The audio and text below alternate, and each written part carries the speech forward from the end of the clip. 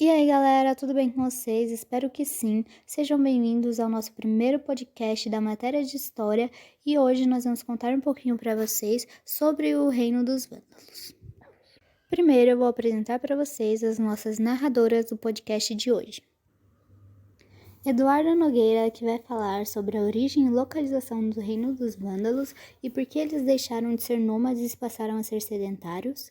Maria Eduarda, que vai falar como eles conseguiram invadir o Império Romano e vai falar também sobre a estrutura política. Manuela Ponciano, que vai falar sobre a estrutura econômica. Eu, Rebeca Amaro, que vou falar sobre a estrutura social. Jennifer Oliveira, que vai falar sobre a religião, cultura e arte. E Tainá Godoy, que vai falar sobre o legado dos vândalos. E é isso, eu espero que vocês gostem deste podcast e que consigam entender bastante. E bora lá para essa matéria informativa. Origem e localização do Reino dos Vândalos. Os vândalos eles foram um povo de origem germânica, naturais da Escandinávia. Há correntes de pesquisas que acreditam que o território de origem deles seria hoje o que chamamos de Noruega. Os vândalos eles eram subdivididos em duas tribos, que podiam ser os Silinge, que viviam na região conhecida como Magna Germânia, ou os Radinge, que se estabeleceram no território que atualmente pertence à Romênia. Por conta de ataques aos seus territórios, eles tiveram que se deslocar para o oeste. E nesse processo de migração, eles chegaram a três territórios que foram muito importantes para a história deles, que foram a margem do Danúbio, a Península Ibérica e o norte da África. Basicamente, os vândalos, eles penetraram no Império Romano durante o século V, entrando em Gália, atravessando a Ibéria e conquistando o norte da África, onde criaram um estado. E ali eles estabeleceram sua capital, que era Cartago, que era uma cidade antiga, pertencente aos fenícios, e que foi ocupada pelos romanos desde o fim das Guerras Púnicas.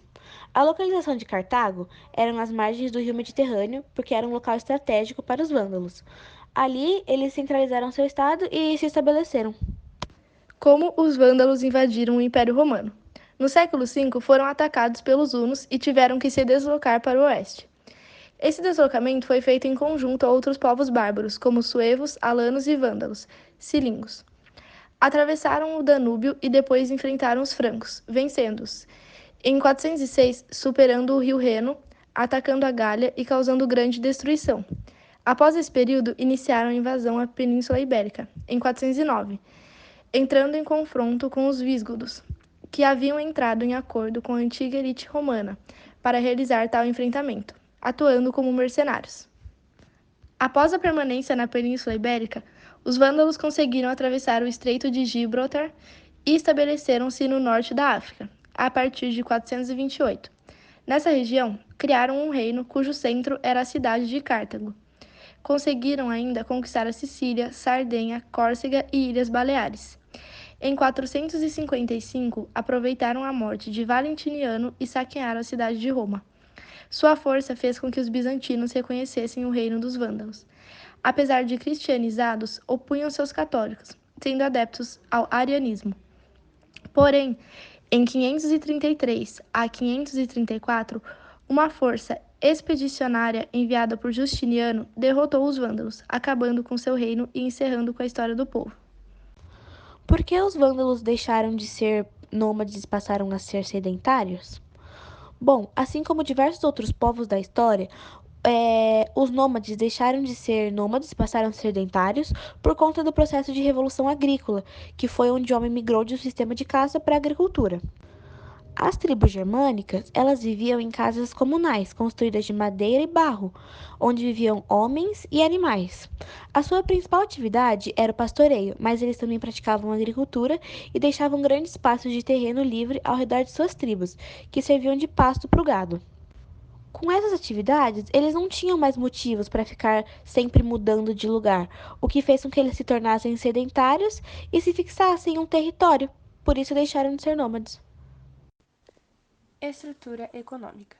Os germânicos estabeleciam uma economia agrícola de natureza itinerante que promovia o uso das terras até o seu completo esgotamento. Paralelamente, a caça e a pesca eram outras atividades que também exerciam relativo destaque. Influenciados pela sua cultura militar, os germânicos promoviam saques e invasões que se transformavam em outra interessante fonte de renda. Eles puderam se desenvolver quando o Império Romano entrou em declínio. Assim, antes da queda dos romanos, a hierarquia dentro dos reinos germânicos não era considerada consistente. Desse modo, era comum que os homens líderes do grupo e os sacerdotes tomassem as decisões de maneira conjunta. Estrutura política dos vândalos. Os vândalos se dividiam em tribos, e a organização dessas tribos não possuía uma hierarquia rígida. Os reis, os chefes de guerra e os sacerdotes tinham um poder circunstancial e baseado no consenso.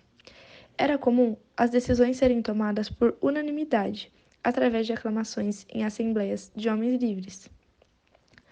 O grupo familiar era muito solidário e responsável coletivamente, especialmente para exercer a vingança ou pagamento do Wergild. O Wergild consistia numa característica marcante do direito germânico. Se uma pessoa fosse morta ou sofresse algum ferimento, o clã poderia fazer o mesmo com o agressor. Caso isso não fosse concretizado, as tribos contraíam uma dívida de sangue com outro clã. Falar sobre a estrutura social dos vândalos em geral dos povos germânicos. Eles não estavam organizados socialmente em estados, mas em comunidades tribais. A estrutura social básica era a família monogâmica, cujo poder absoluto era confiado ao pai. Depois vinham os clãs, compostos pela reunião de famílias aparentadas com ascendentes comuns. E finalmente vinham as tribos, formadas pelo agrupamento de vários clãs. O órgão público mais importante de cada tribo era a Assembleia dos Guerreiros, que deliberava sobre assuntos como a declaração de guerra ou de paz, a libertação de prisioneiros, os crimes de traição e a expulsão de membros da tribo.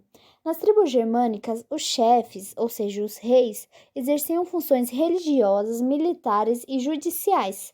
Embora sua autoridade se submetesse à Assembleia, esses chefes assumiam poderes quase absolutos em tempos de guerra. Além disso, tinham o direito de manter uma tropa pessoal chamada de séquito, composta de experientes e fiéis guerreiros, que se tornou com o tempo cada vez mais numerosa.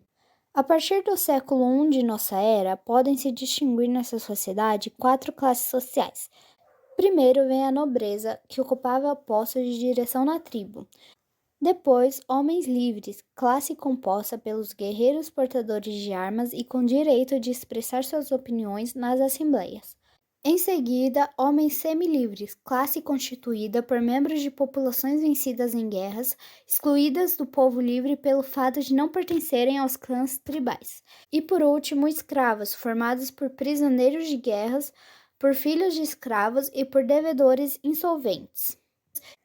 A base da organização social das tribos era a cipe, espécie de clã formada por famílias ligadas por laços de parentesco. Os seus membros protegiam-se mutuamente e a ofensa a um deles atingia toda a cipe, que praticava a vingança coletiva. Na guerra, o exército era recrutado entre os homens da tribo, maiores de 16 anos. Os germanos não conheciam cidades nem estado. Os principais chefes desenvolveram o costume de manter uma escolta ou séquito dos guerreiros, ligados ao líder por um juramento de fidelidade. Em caso de ataques e lutas, eram recompensados com o produto das pilhagens, dando origem a uma nobreza possuidora de terras e escravos. A religião dos vândalos era baseada em mitos e seus deuses tinham semelhanças com seres humanos, onde podiam sentir sentimentos e emoções humanas. Seus principais deuses eram Odin e Thor, deuses germânicos. De maneira geral, os vândalos, assim como os outros povos germânicos, eram povos seminômades que sobreviviam da pecuária e da agricultura. Também mantinham contatos comerciais com os romanos e organizavam-se em tribos patriarcais, liderados por um chefe militar, em geral, o guerreiro mais poderoso. A arte germânica tem grande influência da Europa e Ásia, devido ao intenso fluxo migratório da época. Ao longo do período, houve uma grande fusão dos valores romanos com da cultura dos povos germânicos, o que originou vários elementos para representações artísticas, como os trabalhos geométricos e a presença de um bestiário que apresentasse animais estilizados, buscando uma visão mais abstrata dos corpos. As joias eram elementos de grande importância, uma vez que representavam uma diferenciação social, havendo uma grande variedade de fivelas, broches, anéis, brincos, entre outros. Bom, quando nós falamos sobre o legado deixado pelo reino dos vândalos, O que nós mais encontramos é sobre a origem do termo vândalo, que se é utilizado atualmente, né? Se deu ao fato do saqueamento que o reino dos vândalos fez a Roma. E a origem desse termo se dá muito por influência da história, pois ela foi registrada pelo povo romano, e por isso eles citam os vândalos como um povo destruidor, um povo saqueador, né? E isso faz com que nós utilizássemos esse termo até os tempos atuais, para que vândalo seja uma palavra ligada a alguém que é destruidor de bens ou que promove, sim, a devastação, né? E tudo por origem e por consequência de algo que aconteceu lá no século IV. E assim finalizamos o nosso podcast. Eu espero muito que vocês tenham gostado de ouvir um pouquinho sobre o reino dos vândalos.